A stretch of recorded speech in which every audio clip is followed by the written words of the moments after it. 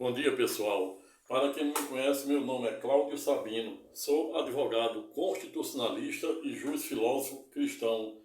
Hoje, notadamente, dia 27 de novembro de 2023, meado de uma manhã de segunda-feira, portanto, estou voltando aqui para compartilhar mais um vídeo aula acerca dos contornos e alcance do atual contexto social e, por que não falar em tese, desta violência das mais diversas e nos mais diversos tipos e graus em que o mundo está passando. Não somente isso, pasmem,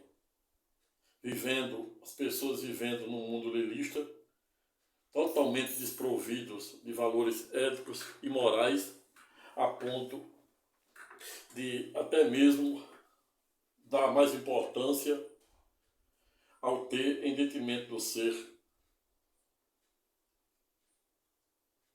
Quando observamos um dos grandes positivistas do direito, a saber, Conrado Hesse, para quem tenho na minha mais alta conta, diversamente de seu oponente alemão, da escola alemã, que entendia que o constitucionalismo, em tese, deveria se resumir sob a perspectiva política, ato contínuo, vem Conrado Hesse, por meio da sua tese da força normativa da Constituição, para doravante dizer que o direito, em tese, não seria uma ilha isolada, como hoje é tão bem defendido pela tese do transconstitucionalismo, notadamente pela pessoa do eminente professor Marcelo Neves.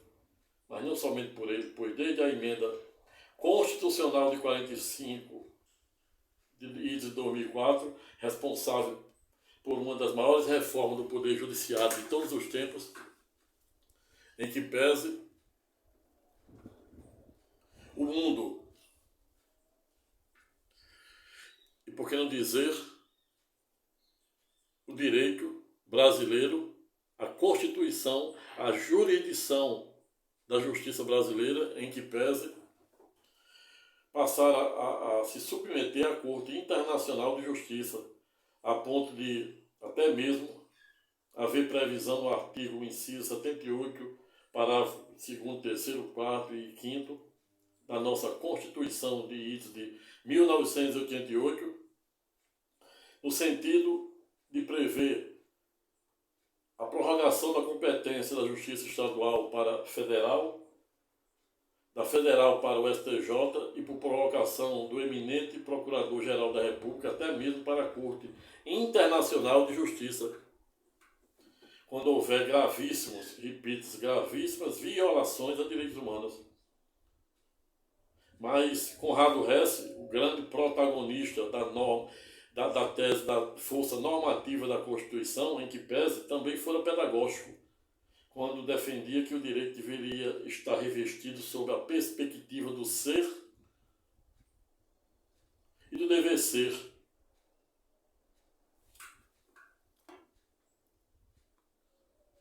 Com efeito, remontando esta ideia de que o direito, notadamente o direito constitucional, e por que não dizer e incluir no rol desta análise, desse contexto, os valores éticos e morais, odiernamente ou atualmente tão criticados e tão desvalorizados. Não à toa existem os lelistas, que são exatamente aquelas pessoas que vivem literalmente desprovidas de valores éticos e morais. E é esta exatamente a razão pela qual o mundo está eivado dentro deste estado de coisa, de uma crise de legalidade e legitimidade, até mesmo a ponto de os súditos administrados e até mesmo os jurisdicionados, com efeito, deixarem até de acreditar na rigidez das instituições democráticas de direito. O Trouxin também não é nem um pouco demasiado no ponto, contudo, trazer ao presente estudo que o mundo vive uma iminente crise, e por que não dizer surto, de violência dos mais diversos tipos e graus.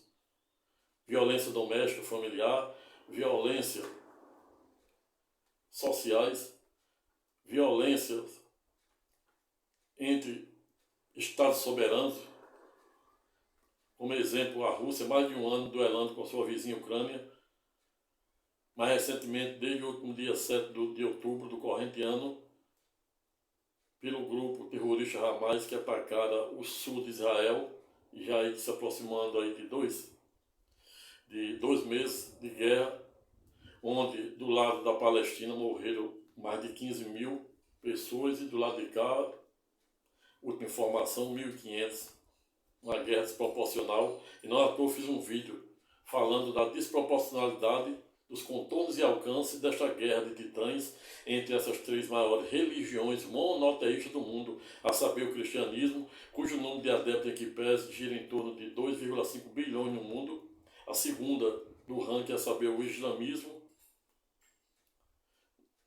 nos quais os palestinos xiitas, sunitas fazem parte, os antigos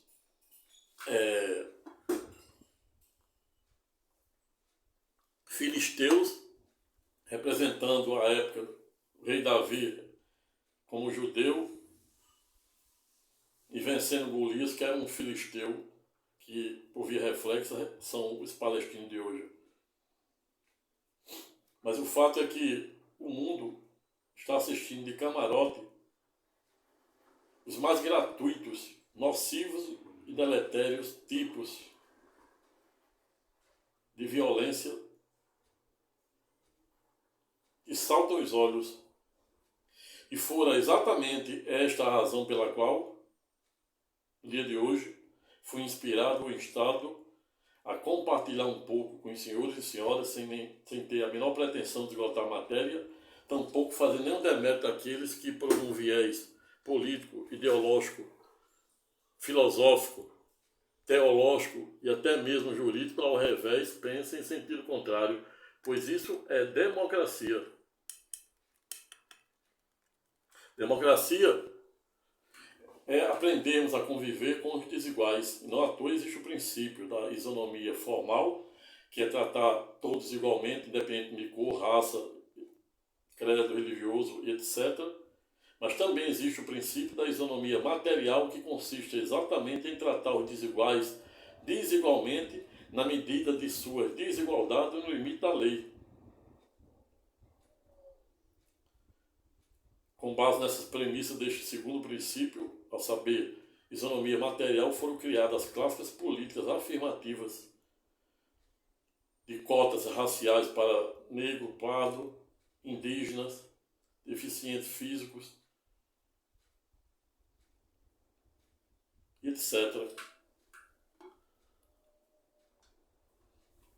Veio, portanto, que, odiernamente, o mundo assiste de camarote, para além das guerras de titãs dueladas há mais de um ano entre a Rússia e a sua vizinha Ucrânia,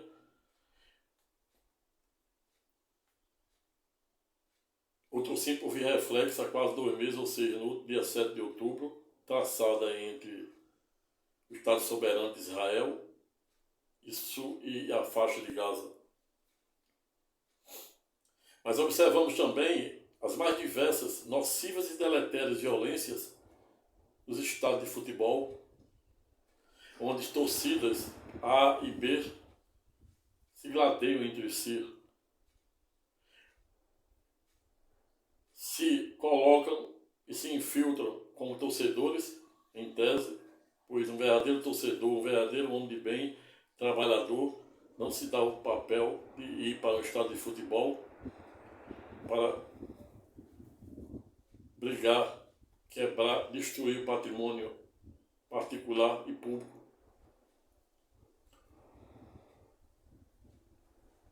Mas as pessoas também, odiernamente ou atualmente, se encontram revestidas em um tipo de secura espiritual, que é aquele momento em que Deus se afasta do homem, para permitir que o demônio nos atente, para nos ensinar a andarmos com as nossas próprias pernas e, para além disso, termos a ímpar oportunidade de escrevermos os melhores capítulos de nossas vidas no momento da dor, da opressão, da supressão, da perseguição, da injustiça e até mesmo da humilhação. Não à toa, aqueles que se elevam serão humilhados, e os que se humilham serão exaltados. 1000 cairão ao meu lado e 10.000 à minha direita, mas nada me abalará, pois o Todo-Poderoso estará sempre comigo e conosco, hoje e sempre. Amém. Mas o fato é que, atualmente, observamos os mais diversos tipos de conflitos, seja no casamento, seja nas amizades, no trabalho, nos campos dos estados de futebol, nas guerras entre os estados soberanos em disputa de territórios, questões geopolíticas, macroeconômicas, e até mesmo no caso da guerra duelada há quase 2 meses entre o Estado soberano de Israel com sua vizinha Palestina e o grupo terrorista Hamas, em tese uma guerra de titãs,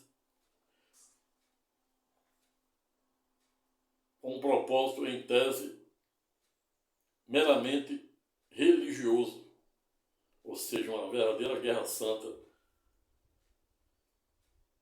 que permeia desde ou até antes do imperador da Macedônia, a saber, Alexandre o Grande. E por falar em Alexandre da Macedônia, me vem à mente que em idos de 322, quando ele ia armado até os dentes para atacar a Pérsia e tomar a Pérsia, o território da Pérsia, pois se o pai de Alexandre o Grande ficara famoso por, na época, conquistar metade da Grécia antiga, em ato contínuo, pasma-se, Alexandre não à toa fora batizado como Alexandre o Grande, exatamente porque ele, diversamente do pai, que conquistara apenas metade do antigo território da Grécia, ele, em pouco tempo, conquistara a Pérsia, conquistara o Egito e a Síria.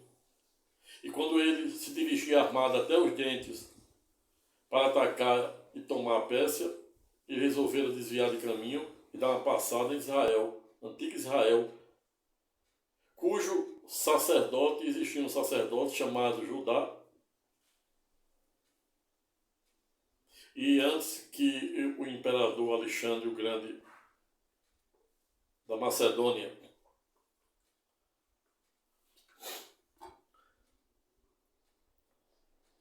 atacasse Israel, antes ele resolveu enviar uma carta para o sacerdote da época, saber Judá,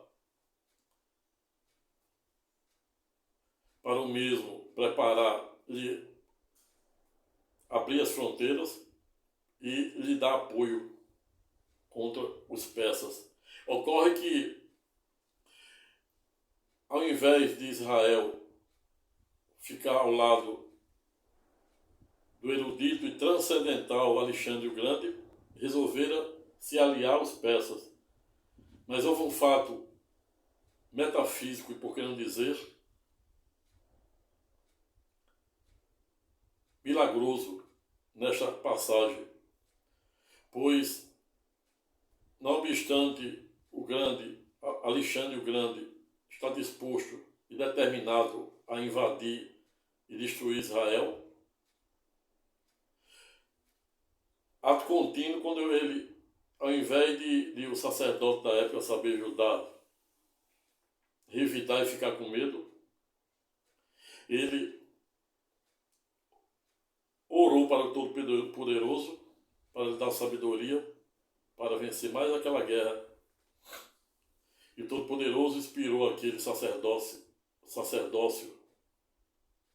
de Israel, a saber, Judá, no sentido de organizar e fantasiar a cidade de branco e também vestir todos aqueles judeus da época de branco. E quando o imperador Alexandre o Grande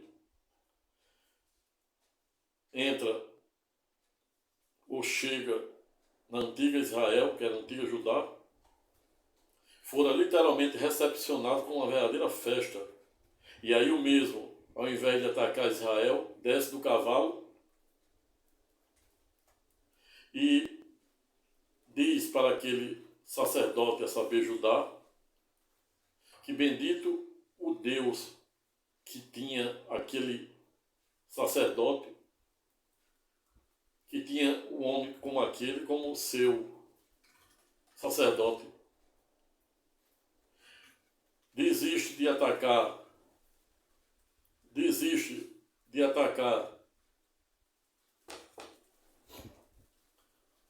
vassoura, cabo da vassoura, desiste de atacar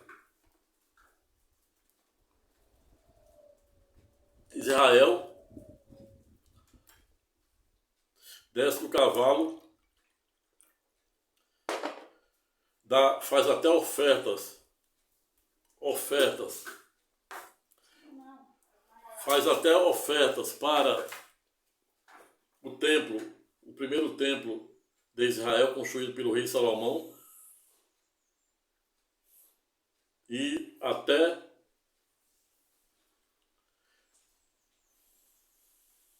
escuta uma passagem do profeta Daniel,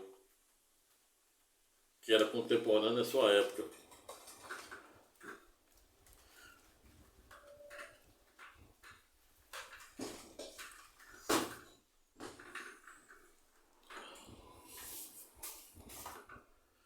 Veja, portanto, que ali houve algo milagroso. Mas o fato é que o general do exército, do erudito e transcendental Alexandre o Grande, interceptá-lo o mesmo, ou seja, abordara o Alexandre o Grande no sentido de perguntar por que, poderoso como ele era, ele havia desistido de atacar Israel e se render diante daquele sacerdote, a saber, Judá. Ato contínuo, o elencado general sendo surpreendido com a resposta de Alexandre o Grande, que disse que ele não estava se rendendo simplesmente para aquele sacerdote, pois ele havia tido um sonho na noite anterior e ele tinha visto no sonho exatamente aquele homem. Razão pela qual ele somente exigiu de Israel que doravante usasse o calendário como calendário oficial, a sua data de nascimento, que era 1º de outubro de 312. Veio, portanto, as intervenções do Todo-Poderoso em Israel em todas as guerras. Houve isso na guerra logo após a sua independência de Israel. Consegue a sua independência em 14 de maio de 1948, um dia após, ou seja, no dia 15, é atacado pela Síria, pelo Egito, o Egito pelo canal de Suez e a Síria pelo deserto de Golãs. Em idos de 1973, conhecido como a Guerra de Yom Kippur, ou primeira intifada, ou seja, insurreição ou contestação dos palestinos contra os israelenses, é atacado novamente. Em idos de 1967, na Guerra dos 6 Dias, existe outro milagre. onde general da Síria, do Egito, foram perguntados na época porque eles só tinham um tanque de Israel para destruir e vencer Israel, e eles recuaram. E ficaram perplexos com a resposta do comandante do exército da Síria de Israel, que disse que não tinha somente um tanque, tinha um verdadeiro arsenal de anjos armados até os dentes, e eles não poderiam enfrentar. Veja outra intervenção do Todo-Poderoso.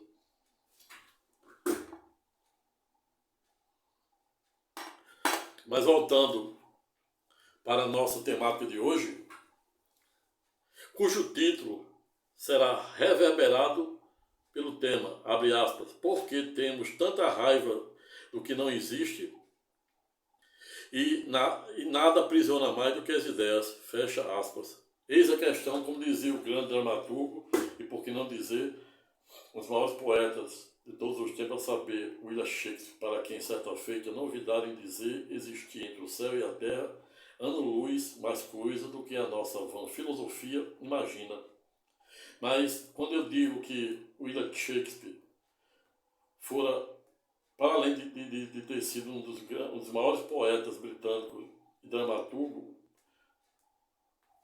o mesmo também ficara conhecido com a frase no sentido de dizer que a raiva é o veneno que tomamos para desejar a morte de outra. E isso não existe, ou seja, isso é uma coisa anacrônica, ou pelo menos não deve existir.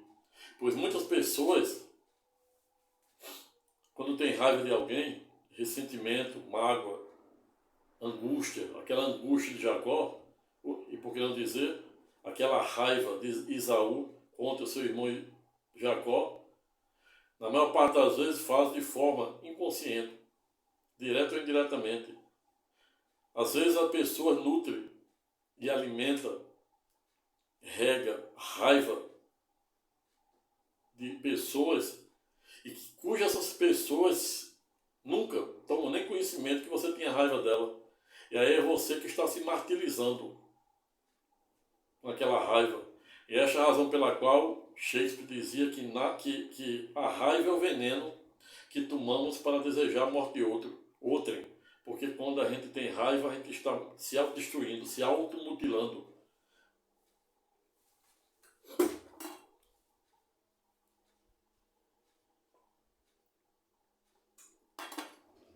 O fato é que observamos hoje, para além das mais diversas violências, também nos mais diversos níveis, doméstico, familiar, nos campos de futebol, nos estádios de futebol, observando também as pessoas tomadas por uma espécie de carência, a ponto de criar diversos mitos, de criar diversos ídolos no futebol, na música. E aí vem à mente aqui o show que acabaram ontem, da cantora norte-americana, a saber, Taylor Swift. Uma aclamação que salta aos olhos. Mas ninguém vê essa mesma aclamação que a gente vê nos estádios de futebol, nos shows como houve aí, desde semana passada até ontem, da cantora norte-americana Taylor Swift, sem nenhum demérito da mesma, tampouco aqueles que a seguem. Mas apenas para você ter uma noção do que eu estou a falar e do que doravante será objeto do pano de fundo ou de mérito da presente temática. As pessoas têm raiva de muitas pessoas que sequer sabem que alguém está tendo raiva dela. As pessoas criam diariamente e adoram ídolos dos mais diversos no futebol, na área musical e etc. Mas quando são acometidas com algo de ruim, a primeira coisa que ela diz é que onde é que estava Deus, que deixou acontecer algo de ruim comigo e com meus entes queridos. E aí muitos acabam quedando-se da fé, se tornando até ateu. Muitos perguntam até hoje onde é que estava Deus, que é portador de um caráter de onisciência, onipresença e onipotência, e por isso ele sabia que Hitler iria nascer para matar mais de 6 milhões de judeus, os semitas. E ele deixou Hitler nascer. E aqui a gente vai entrar num campo um pouco da metafísica, para não dizer física quântica, e muitos chamam até, é reproduzido pelos mais diversos campos do conhecimento, como a Kabbalah, que muitos acham que alguns judeus mais ortodoxos, rabinos, dizem que essa Kabbalah representa a Torá oral. Mas o fato é que a física e a metafísica nos revela que substâncias do mesmo gênero, elas podem oscilar ou vibrar para os dois lados, negativo ou positivo. Ou seja, substâncias como, por exemplo, a temperatura, ela existe polos positivos e negativos. Ou seja, a temperatura tanto pode ser fria como pode ser quente. Vai depender da ação humana que a catalisará. Com base nessa premissa, essa corrente doutrinária defende que não existe frio, e sim ausência de calor. Não existe a escuridão, e sim a ausência de luz. Por via reflexa, não existe o mal, e sim a ausência do bem. E por último, porém não menos importante, em que pese, também não deve existir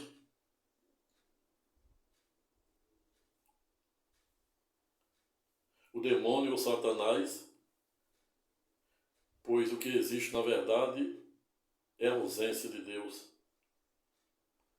Veja, portanto,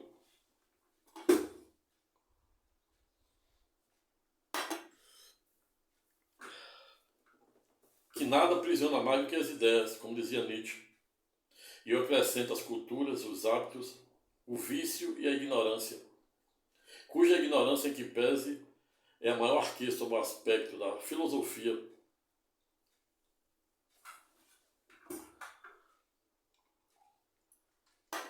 Atualmente, a gente observa católicos apostólicos romanos se declarando católico não praticante. E aí eu fico imaginando como é que alguém é católico não praticante. Pasme-se. Mas nunca imaginei que iria ouvir da boca de um ateu agnóstico, sob a perspectiva teísta ou ateísta, que também, em tese, seria um ateu não praticante. E nunca vi algo tão engraçado e tanta honestidade espiritual e intelectual alguém dizer e se declarar ser um ateu não praticante.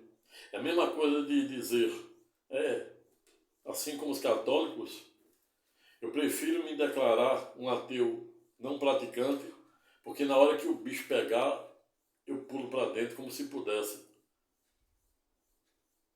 Como se a porta da graça fosse estar sempre à disposição de determinadas pessoas.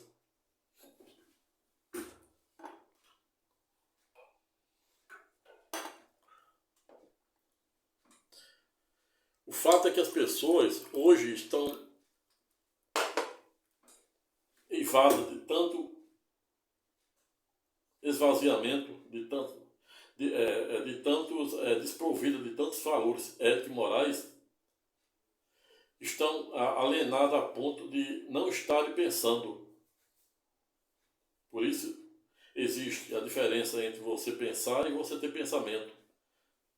Pensar não é a mesma coisa de ter pensamento. Ouvir não é a mesma coisa de dar ouvido. Não à toa Deus diz: aquele que tem, por meio de Paulo de Tarso, antigo Saulo, aquele que tem ouvido para ouvir, ouçam o que o dom do poder do Espírito Santo tem para te revelar. Ouvir é você parar e incorporar aquilo que reflete a vontade e propósito de Deus. Você ouvir simplesmente é você entrar no ouvido e sair no outro. Por via reflexa, pensar é diverso de ter pensamento. Por exemplo, como é que você tem pensamento? Quando você pensa um problema que tem, uma dívida que tem, e fica só pensando, e não toma iniciativa para ganhar dinheiro para pagar, não toma iniciativa para resolver determinado problema e fica jogando para debaixo do tapete. É isso. Olha a diferença entre pensar e ter pensamento. É isso que defende os grandes mestres. É isso que defende Napoleão Hill, quando criaram 16 princípios.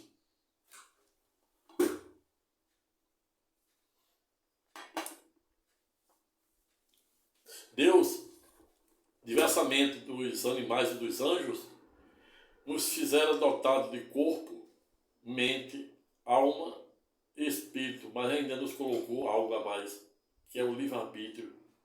E é exatamente o livre-arbítrio que os anjos não têm, assim como os animais. Ou seja, os animais, diversamente do homem, são dotados apenas de mente, que significa alma, sob a perspectiva teológica. Os anjos, nem alma, só são dotados de espíritos, pois eles tinham livre-arbítrio no início, e com a rebelião de Lúcifer corrompeu um terço dos anjos de Deus, e Deus revogara o livre-arbítrio que havia concedido aos anjos. Hoje os anjos só fazem aquilo que Deus determina, sob o comando dele. Mas o homem é dotado de corpo, alma, espírito e também de livre-arbítrio. E o que é o livre-arbítrio? O livre-arbítrio, em que pese, é uma espécie de direito potestativo de o homem fazer ou não fazer determinada coisa sob pena de responder pelas suas condutas desviantes. A cada direito violado gera uma pretensão esta que se extingue com a prescrição e a decadência, artigo 189 do Código Civil de 2002. Quem abusa do direito comete ato ilícito, artigo 186 e 187. Direito, o livre-arbítrio, que só o homem tem, assim como isso aqui, impressão digital, é o que torna o homem especial. Nada torna o homem mais especial do que isso aqui, porque aqui, na impressão digital, está o código de Deus. E quando você vai para o alfabeto hebraico, chama atenção as letras, que representam exatamente 22 letras, que representam para os cabalistas, para os rabinos mais ortodoxos, a maneira como Deus nos codificou tudo que Ele criou no micro e no macrocosmo. Mas o que torna o homem diferente do outro e especial é exatamente a impressão digital, que ninguém tem igual. Deus colocou, nos codificou por meio de nossa impressão digital. Então, se alguém tem dúvida da existência de Deus, veja o homem, multiplique para o infinito e logo verá esse ser tão necessário em busca da felicidade, do amor. Pois aquele que amordoa objetos estranhos negociam, como dizia Mazile e asseverou, cresce morto. Razão e ciências, e dias virão em que a razão dominará o mundo. Veio São Tomás de Aquino, por meio da sua dualística, refutando o movimento monista de Santo Agostinho, doravante dizer, por meio da razão, tentar aliar a fé à razão.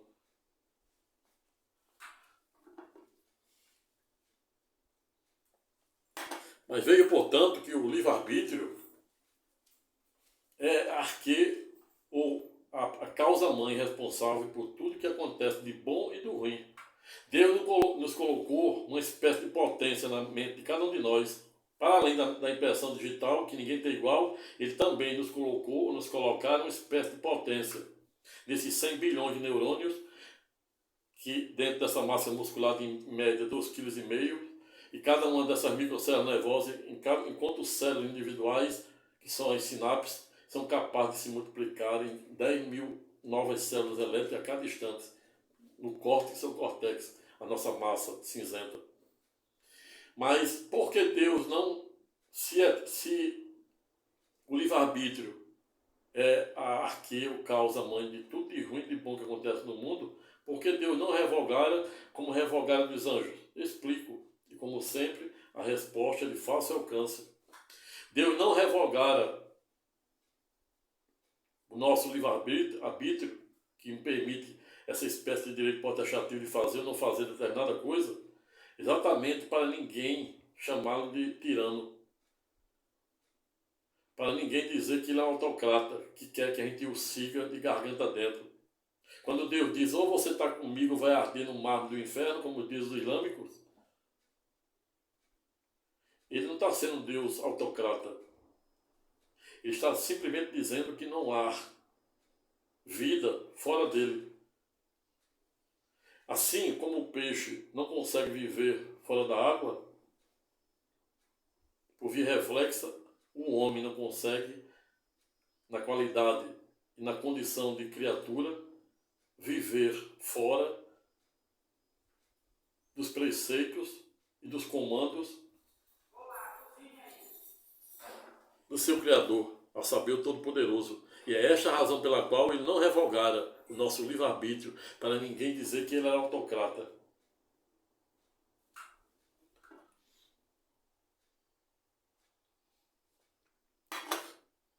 Mas por que existe tanta violência, todo esse ceticismo da fé,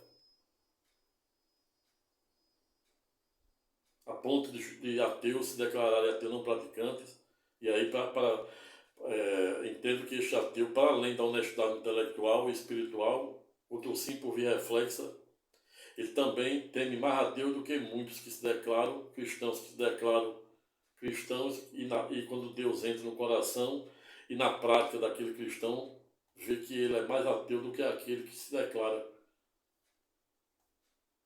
Veja, portanto, o quão subjetivo é entendermos os inefáveis mistérios do Todo-Poderoso.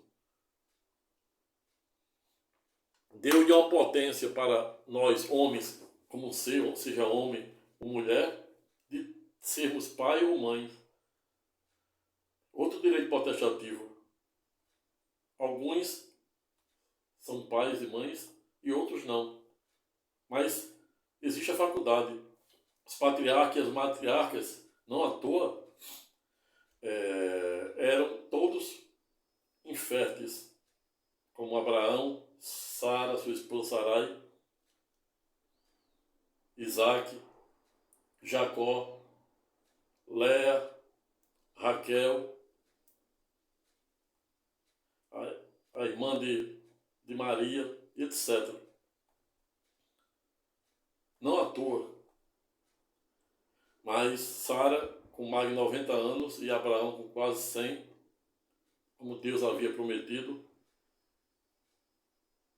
não ouvidaram em cumprir a sua promessa, pois Deus não fica devedor de nenhuma de suas promessas, tampouco revogará a sua lei. Ele prometeu tornar Abraão pai de grandes nações e dar seu primeiro filho, a saber, Isaac. Isaac é filho da promessa. E como ele não fica devedor de nenhuma de suas promessas, ele tornou Abraão pai de grandes nações, cujos filhos seriam maiores que o grão de areia na terra e o número de estrelas no céu. E hoje Abraão, em que pese, é considerado o patriarca das 3 maiores religiões monoteístas do mundo, a saber, o cristianismo, com cerca de 2,5 bilhões no mundo, a segunda, o islamismo, se aproximando de 1,5 bi, E as estatísticas e prognósticos em que pese apontam que até de 2050, em que pese o islamismo tende a se equiparar ao cristianismo. A terceira, não obstante mais antiga e mais remota, ou seja, o judaísmo, com cerca de 13 milhões de judeus, cuja sua maioria em que pese reside exatamente no Estado soberano de Israel, onde está sendo duelada aquela guerra de titãs há quase 2 meses com o grupo terrorista Hamas.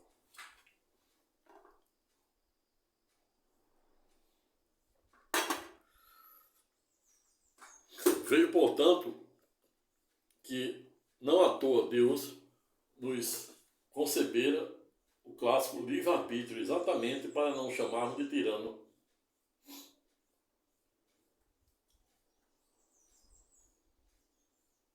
E é exatamente o poder que Deus nos deu, o único poder que Deus deu ao homem, que é o livre-arbítrio, que é responsável entre o bem e o mal, ou seja, o calor, a temperatura são gêneros da mesma espécie, mas dependendo da ação do homem, você pode conseguir produzir o frio e o quente, a escuridão e a claridade. Não à toa, não existe céu sem tempestades, e até as estrelas precisam da escuridão para se enaltecer e brilharem entre si. Você não vê uma estrela de dia, precisa esperar a noite. Me vem à mente Shakespeare. Não existe noite tão longa que não consiga encontrar o dia.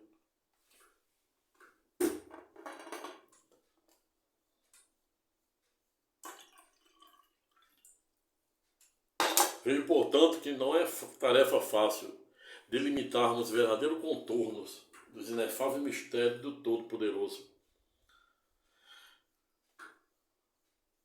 Existe hoje as pessoas tomadas por uma espécie de mito da caverna.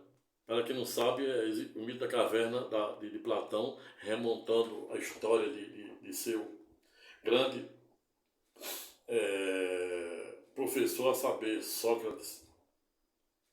O fato é que um dos prisioneiros da caverna conseguiram chegar à saída e ele não conseguiu enxergar, enfrentar a luz, a claridade. E aí existe uma metáfora porque existem duas interpretações e reflexões sobre isso.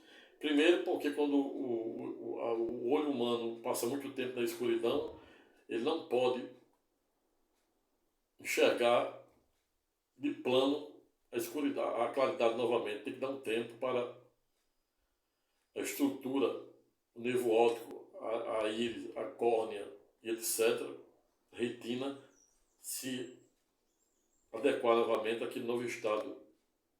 E esta é a razão pela qual existe uma corrente doutrinária que vem refutando a teoria da evolução de Charles Darwin. Quando Charles Darwin tinha 17 anos e foram para a ilha de Galápagos, na costa do Equador, criar, desenvolver e estudar as espécies. Pode dizer que os répteis nasceram com perna e com asa, e como não tinha necessidade de andar tão pouco, de voar, e sim de rastejar, aí perderam as pernas e as asas. As girafas, existia girafa de pescoço maior do que outras. As que fizeram esforço para atingir a pétala das árvores para se alimentar, sobreviveram, e por isso ficaram com o pescoço longo, e as outras morreram. Mas existe uma corrente refutando essa tese da evolução de Charles Darwin, dizendo que não se trata de evolução, e sim, a origem do homem não é evolução, e sim uma adequação. Porque se fosse uma evolução, o homem teria que ser superior ao macaco, e nós não somos superior ao macaco. É claro que o macaco não faz coisa que o homem faz, assim como o homem não faz também, por via reflexa, coisas extraordinárias que o macaco faz, bem como subir um prédio,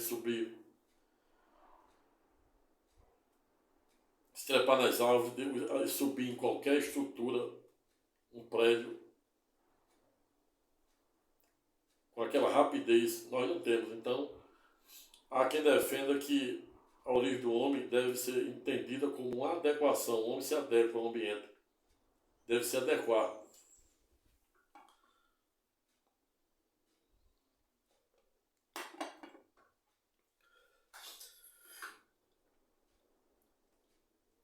Mas o fato é que as pessoas estão eivadas dentro de uma espécie de alienação, onde não pensam, só têm pensamento, onde são induzidos ao estado de erro, que é a falsa compreensão da realidade, onde mais vale o ter em detrimento do ser, onde muitas, mesmo abastadas e qualificadas, não conseguem dividir o joio do trigo e acabam sendo induzidos pelo estado de erro, que é a falsa compreensão da realidade, como houve muitos casos do atentado do dia 8 de janeiro ao sede dos três poderes, porque é humanamente impossível alguém em sã consciência, alguém dentro de uma consciência democrática, de uma consciência cósmica, mítica, concordar com determinada tese, com determinada temática, tanta gente concordar com algo sem questionar. É isso. Pessoas são induzidas ao estado de erro. Elizabeth Naumann criou uma teoria espiral do silêncio, a ponto de dizer que mesmo determinadas pessoas, sabendo que algo é errado, vai para a mídia em massa para agradar as mais diversas correntes dominantes e diz exatamente o contrário. É a mesma coisa de a Bíblia não falar somente de perdão, de graça, de amor, de proteção, de provimento, e ao revés um pregador ir para a mídia em massa dizer exatamente o contrário, só defender a teoria da prosperidade e da libertação, se não demete aqueles que defendem as mesmas, porque as mesmas são legítimas, depende do contexto em que se aplica. Jesus, certa feita, disseram para os fariseus que era mais fácil um camelo entrar no buraco de uma agulha do que um rico entrar no reino do céu. E aí, primeiro comentário, quando Jesus fizer a menção à agulha, ele não estava falando da agulha de costura, e sim do buraco das agulhas que existia na antiga Judá, que era uma espécie de porto, um lugar alfandegário, onde se cobrava imposto. E era uma portinha tão pequena que, dado o tamanho do camelo, era difícil de passar. Era uma metáfora.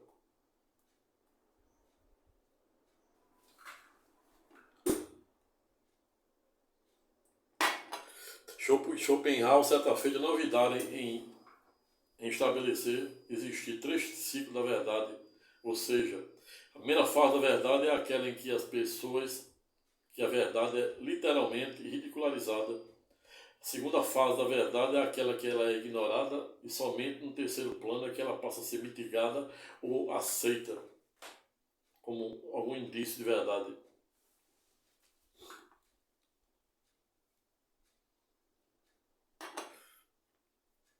O fato é que a melhor maneira de dominar pessoas é neutralizando o pensamento delas. E é por isso que as pessoas não pensam. Elas têm pensamento. E aí ficam vulneráveis a serem induzidas a erro ou a falsa compreensão da realidade.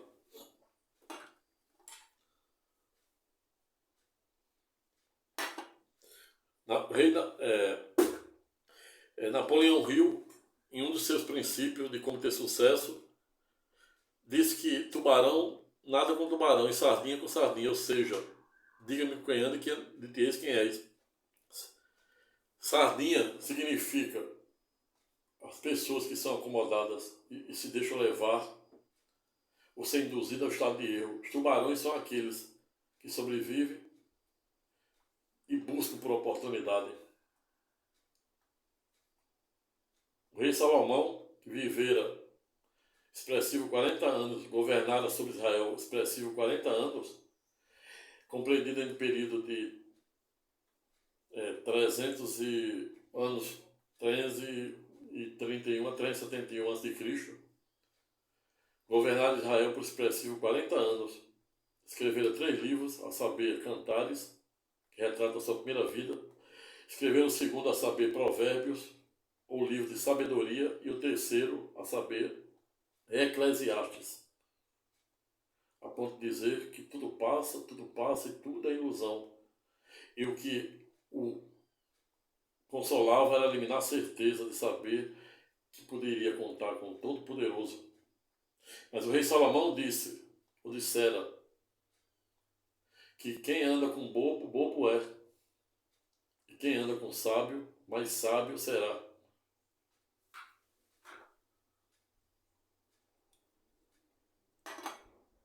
O estoicismo e o budismo defendendo a tese do Zen, que é uma tese de evitar os extremos, e o estoicismo, da mesma feita, nos ensina que devemos evitar os extremos. Não à toa, todos os templos budistas têm 3 portas, sendo que só tem uma aberta, que é a do meio, exatamente para nos ensinar que devemos evitar os extremos. Jesus, na transfiguração, estava no meio, remontando essa ideia de evitarmos os extremos. O estoicismo, uma filosofia atemporal, nos ensina que também devemos evitar os extremos. E o homem não deve se envolver com aquilo que ele não tem o condão ou a capacidade de resolver. Não à toa tem aquela máxima que diz: aquilo que não tem remédio, remediado está. É exatamente com base nessa tese do estoicismo, na teoria do Zen de Buda, e etc. O fato é que tenhamos que termos uma consciência cósmica, mítica, democrática, para sabermos dividir o joio do trigo, saber o que é certo e errado, pois existe um dispositivo na lei de introdução ao direito brasileiro que diz: ninguém pode se eximir de cumprir a lei alegando desconhecê-la. E outro que dá unidade e fecha o sistema, a segurança jurídica de todo o sistema, é quando diz ser permitido tudo aquilo que não é o que não for proibido.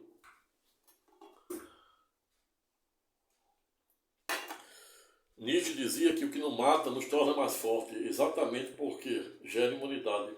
Jamais ninguém morrerá de alguma substância que já teve contato, pois aquela substância já teve o condão de gerar imunidade.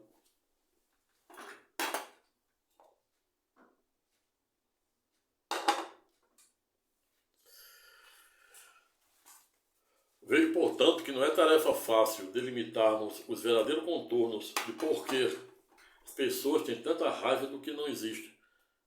Por que um ateu tem tanta raiva de Deus, se ele mesmo diz que ele não existe? Como é que um ateu pode ter raiva de algo que não existe? Como é que você pode ter raiva do calor se você pode produzir o frio? Como é que você pode ter raiva da escuridão se você pode produzir a luz? Como é que você pode ter raiva do mal se você pode atrair o bem? Como é que você pode ter raiva de Satanás? E por falar em Satanás, lá nos Salmos, salvo engano, salvo 108 seguintes, o rei Davi fora pedagógico, como disse, quando se dirigia ao Todo-Poderoso, dizendo: Deus dos céus e do inferno, ou seja, Deus é o Criador de todas as coisas, é o dono de toda a prata e de todo o ouro. Tudo advém de Deus e tudo a Ele pertence. Então, por que devemos ter raiva do que não existe? Por que devemos ter raiva do frio se podemos atrair o calor? Por que devemos ter raiva da escuridão se podemos atrair a luz? Por que devemos ter o termo raiva do mal se podemos invocar e atrair o bem? Por que temos raiva do demônio se podemos atrair o dínamo do poder do Espírito Santo para nossas vidas? Você está vendo que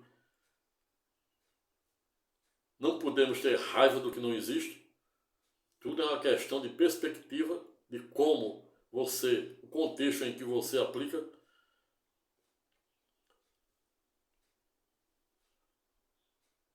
E esta é a razão pela qual Nietzsche dizia: nada aprisiona mais do que as ideias. E eu acrescento: as culturas, os vícios e a ignorância.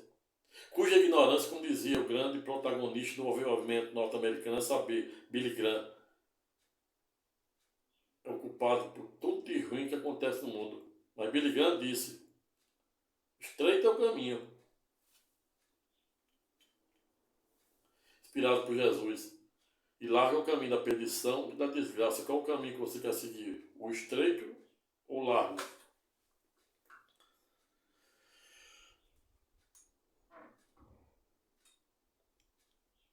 Em Mateus 22, 39, Jesus foi pedagógico quando disse que devemos amar o próximo como a si mesmo. Em Mateus 5, 44, ele também disse: amai vossos inimigos. Carta de Hebreus, combinado com Isaías, o Todo-Poderoso também é pedagógico, que diz: quando alguém fizer um mal a você, não se vingue, desde que eu serei o seu vingador. Deus corrige os que o amam, castiga os que o seguem, os que o rejeitam. Mas por que existe tanta raiva? Porque temos tanta raiva do que não existe. Porque temos tanta dificuldade de perdoar se Jesus disse que devemos perdoar 7 vezes 70. E aí já escrevi em outros vídeos aulas dizendo, por conta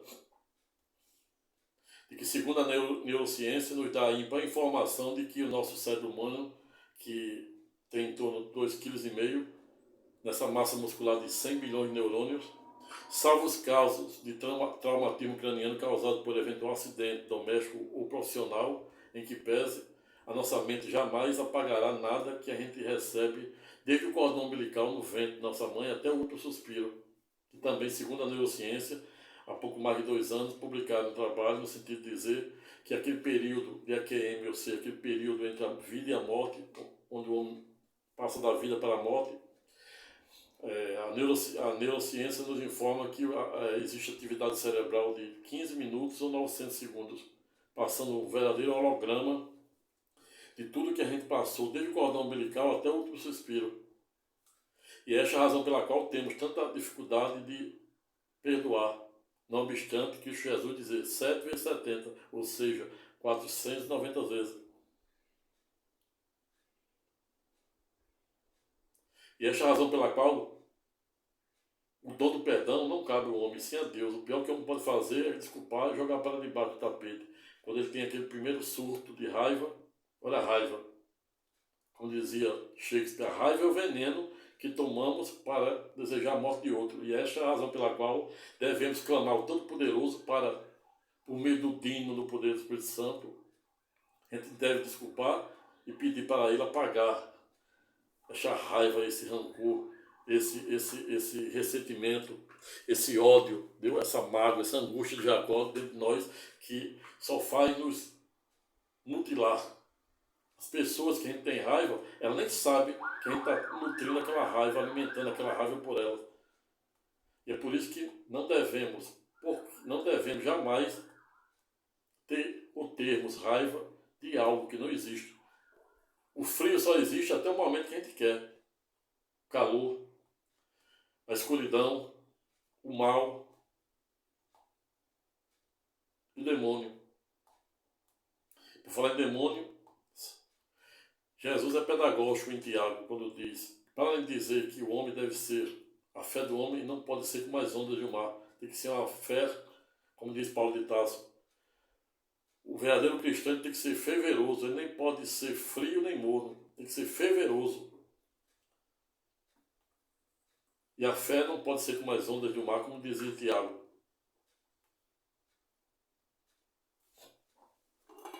Mas Satanás,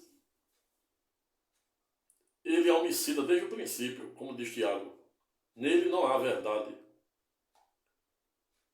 E fala de tudo para nos desviar do caminho estreito, para o caminho largo da perdição, das desgraças, para criar os mais diversos conflitos familiares, Hoje a gente vê número de divórcios exorbitantes, conflitos, crimes, feminicídio contra as crianças, contra as mulheres, etc. Mas também se faz extremamente necessário no ponto lembrar que o mesmo Deus que manda nos esvaziar por meio da parábola do trigo, no sentido de dizer que de nada serve um grão de trigo jogado no chão se ele não se permitir sepultar. E por sepultar se entenda, é o trigo se sepultar na terra para brotar o pão da vida.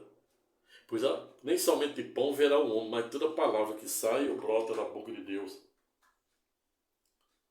Jesus foi pedagógico: aquele que provar de minha carne e beber de meu sangue não perecerá e terá a vida eterna. Mas quando ele diz isso, não é que a gente vai comer a carne de Jesus e nem beber o sangue dele, não. É ser íntimo dele.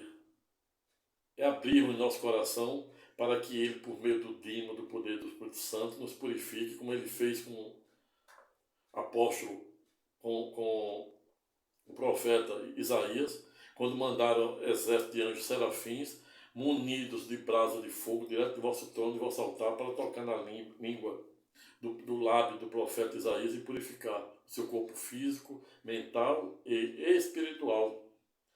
Por simetria, igualmente, a gente tem que diariamente clamar para o Todo-Poderoso, mandar anjos serafins, munidos de brasa de fogo, direto do vosso trono ou de vosso altar, para nos purificar e apagar esse rancor, essa raiva, esse ressentimento, esse ódio de algo que não existe, ou pelo menos não deve existir.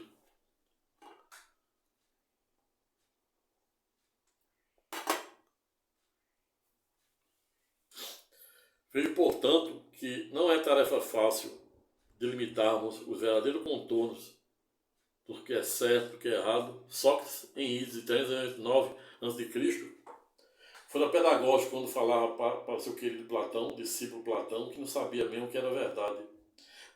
E Platão disse como entendia como sendo verdade, que era algo não empírico. Aristóteles, ato contínuo, também não novidade em dizer que o que entendia como verdade ou justiça. Ponto de dizer que a verdade e a justiça é algo que advém do virtus, ou seja, da virtude, de mérito, remontando essa ideia de isonomia formal e material que existe no nosso direito hoje.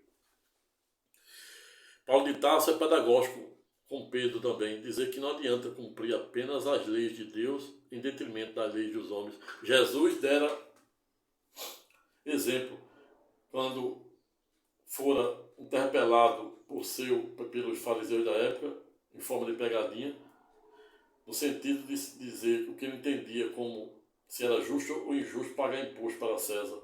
E aí ele mandou o seu tesoureiro pegar uma moeda e perguntou: o que é que tem nessa moeda? É César. Então dê a César o que é de César. César quer imposto, paga o imposto. E deu exemplo pagando o imposto de César com a moeda extraída da boca de um peixe. E dê a Deus o que é de Deus, que é amor, fé, adoração. Hoje o mundo, na Grécia Antiga, na época de Epimênides, de Paulo de Tarso, do grande Areópago, que era mais fácil encontrar um Deus em cada esquina do que um de fé. Hoje não está muito diferente. 2000 anos depois de Cristo, e mais de 4.000 anos da época do Antigo Testamento. As pessoas hoje vivem criando mil e uma verdade. E essas verdades passam a ser até um Deus. Para além dos mais de 4.000 santos canonizados da Igreja Católica, e isso aí tem uma razão, Roma da época substituíram os deuses por diversos santos, mas existe uma diferença entre adorar e venerar. Venerar em tese até que pode os santos, mas adorar somente o Todo-Poderoso. Mas isso aí será objeto de uma videoaula, onde eu irei verticalizar e delimitar os contornos e alcance dos mais de 4.000 santos canonizados ou homologados pela Igreja Católica. Mas pessoas, inclusive as de mais diversas denominações religiosas, sem nenhum demérito a nenhuma delas, acabam criando verdades absolutas. E se, não obstante estarmos postrados diante de um único Deus, do monoteísta, saber o Todo-Poderoso, o Alfa e o Ômega, primeiro e o último, início e o fim, o princípio, a eternidade, hoje e sempre, amém. Todavia, em que pese, as pessoas acabam criando diversas denominações e diversas doutrinas teológicas, a ponto de as mesmas, em tese, até mesmo representar um novo Deus.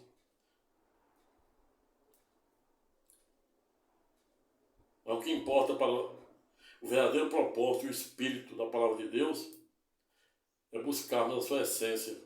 Não à toa João fora pedagógico, 8,32. Buscais a verdade, e a verdade vos libertará. Somente por meio da verdade, por meio de estudos diários da Bíblia, de forma correta, poderemos iniciar essa intimidade com o Todo-Poderoso. Quando no passado, lá no Areópago, Paulo de Tarso chamara o Todo-Poderoso de Deus desconhecido, entendam-se por desconhecido. Deus é desconhecido somente para aquele que ainda não aprendeu a ter a devida comunhão, a devida intimidade com o Todo-Poderoso. A boca fala do que o coração está cheio, e o coração se farta com o que sai pela boca, razão pela qual devemos fartar ou fartarmos os nossos corações com coisas boas, com aquilo que reflete a vontade e o propósito de Deus. E para além disso também fazermos o maior esforço possível para cumprirmos também com o direito dos homens. Deus alça os homens aos mais altos níveis de poder, mas ele também alerta em Isaías: ai daquele que cria, executa e aplica a lei, se dirigindo aos três poderes para suprimir direitos de órfãos, crianças, pobres e etc. Mas em Efésios 5, 28 a 31 e Efésios 5, 22, de 22 a 31, Paulo de Tarso foi pedagógico quando se dirigia aos casais. E aí se estenda casados, união estável, etc., homoafetiva, etc. No sentido de dizer que homens e mulheres devem reciprocamente se respeitarem. A gente vê hoje um grande número de violência doméstica e se faz extremamente necessário lembrar essa passagem de Efésios, que é uma das 13 epístolas escritas por Paulo de Tarso,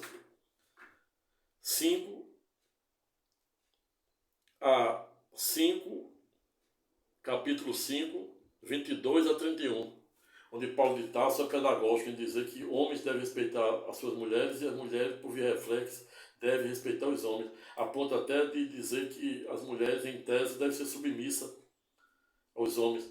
Mas não estamos aqui a falar de submissão. Mas o fato é que a gente observa hoje muitas violências domésticas e, para além, e não obstante, as diversas campanhas, mas as campanhas não surtem. Parece que está surtindo efeito literalmente negativo, exatamente porque a metodologia, em tese, se nenhum demérito àqueles que as criaram, pode estar errada. E aí eu recomendo que seja incluído nessas campanhas esta passagem bíblica da lavra do erudito Paulo de Tarso, que foi aquele que escrevera mais de 50% do Novo Testamento com base na Nova e Eterna Aliança, onde Deus, na época, interceptaram no caminho de Damasco, na Síria, deixaram o cego por 3 dias, ato contínuo, apareceram para Ananias, e disse: Ananias, estou mandando um homem aí. Ananias pergunta: como é o nome dele, Senhor? E Cristo Jesus diz: o nome dele é Saulo de Tarso. Saulo de Tarso, nosso maior algoz, em que pese estava vindo armado até o jeito para nos perseguir, quiçá até mesmo matar. Jesus, no alto de sua infinita grandeza, diz: Saulo. O receba, o alimente e o batize, pois doravante ele será meu pregador. Pois eu escolhi Saulo para ensiná-lo a sofrer pela minha causa. E desde a primeira pregação até o último suspiro, quando Saulo fora ipsilites, ou seja, literalmente decapitado, ele teve a sua vida tentada de morte. Mas antes de morrer, ele não ouvidará em dizer ter feito bom combate. E por bom combate se entendo. É você não abrir mão daquilo que representa a vontade e o propósito de Deus. É você não abrir mão daquilo que representa também a lei dos homens. Por Tiago é pedagógico, quando diz que cumprir a lei de Deus em detrimento da lei dos homens, estamos também em pecado. E para além disso, lutar o bom combate e fazer o bom combate é você não abrir mão dos seus valores éticos e morais. É você não ser um lilista que vive desprovido de valores éticos e morais, que faz só aquilo que as pessoas querem. Um dos princípios de Napoleão Hill foi no sentido de dizer que ninguém terá sucesso. E olha que Napoleão Hill é um dos 9 livros mais vendidos do planeta. 20 anos de pesquisa entrevistando mais de 6.000 pessoas, empresários, homens e mulheres de sucesso. Ele criou 16 princípios. Dentre eles disse que ninguém terá sucesso. A pessoa que tiver o perfil de fazer só o que quer não terá sucesso. Não terá sucesso aquele que só faz o que os outros querem. Ou seja, olha a teoria do meio. Mas também o princípio de considerar de ouro, a sentença de ouro, ele nos remete para aquilo que está inscrito lá em Mateus 5,44. Amai vossos inimigos, amai vossos irmãos. Mateus 22,39. Amai o próximo como a ti mesmo. Ou seja, esvaziamento da parábola do trigo. De nada serve um grão de trigo jogado no chão se ele não se permitir se sepultar. E por sepultar se entendo. É o trigo ter que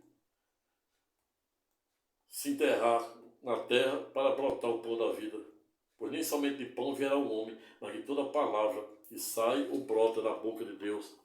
A palavra de Deus é o homem, Deus falando e se manifestando pelas ações humanas e o objeto de sua criação, do micro e do macrocosmo. Razão pela qual finalizo o presente estudo temático no sentido de dizer, se quer ver Deus, veja o homem, multiplique pelo infinito, e logo verás esse ser tão necessário em busca da paz, da felicidade e do amor. E aquele que amordoa objetos estranhos negocia, como dizia Mazília, asseverou Crescimógoto, razão e ciências, e dias virão em que a razão dominará o mundo, e veio São Tomás de Aquino, por meio da sua dualística escolástica, tentar aliar a fé à razão. Pessoal, ficando por aqui, não tive a menor pretensão de esgotar a matéria, tampouco fazendo demérito àqueles que, por algum viés ideológico, político, filosófico ou jurídico pensa em sentido contrário, pois isso é democracia. Se gostar do presente e singelo vídeo, se inscreva no canal, convido o maior número de pessoas para fazer o mesmo, dê o seu like, aperte o sininho e se sentir à vontade, também deixe seu comentário de forma educada, respeitosa e elegante. Até a próxima e fique com Deus.